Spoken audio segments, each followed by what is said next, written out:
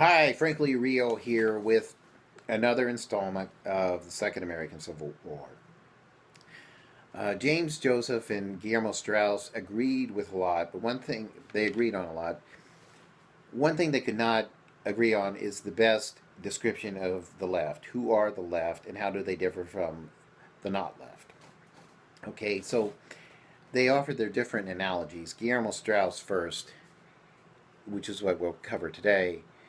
This is Guillermo Strauss writing in the book The Cult of Leftism versus the Not Left Coalition, and this is his analogy alone and does not reflect James Joseph.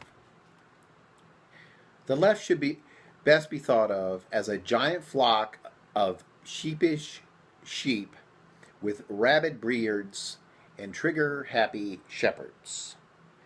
The herdsmen sermonize their pliant lambs to believe without pause that all other animals, the birds in the sky, the worms in the ground, the fish in the brook, and the deer in the forest, belong to an evil right wing whose leaders are interminably mean and downright stupid.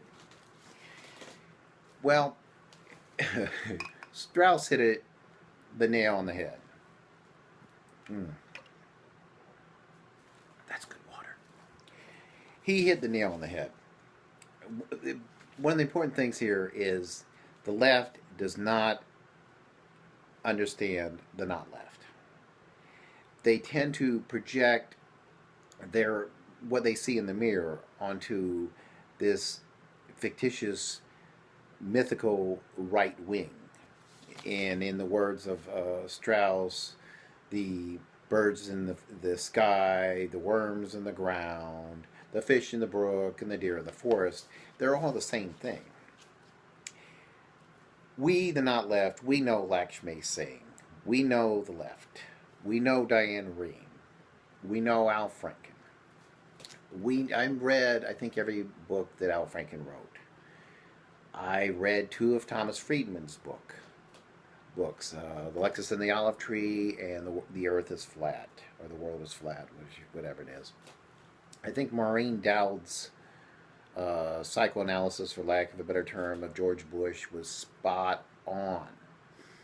We know Christopher Lydon. We can make the connection with Christopher Lydon, or we could back in the day. Some of us can do bad imitations of NPR personalities, if that's not an oxymoron. We understand the Associated Press. We understand what they're trying to say. Because we are immersed by the Associated Press. It's the feed of most newspapers, most online sites. You think you're reading this newspaper, that newspaper. You're reading the Associated Press most of the time. You're reading this website. You're reading the Associated Press. We know CNN whether we want to or not. We've all been stuck in airports. We've all been stuck in emergency rooms. I think that's why they show CNN in emergency rooms, to clear the place out for all the lonely hearts and the people who just want attention. They come to emergency rooms. Well, we'll put CNN on. I think they show CNN in dentist office so people will run down to that chair to get that root canal underway so they don't have to sit through any more CNN. We got it. We understand you, CNN. We know who you are. We know many of the writers of the New York Times,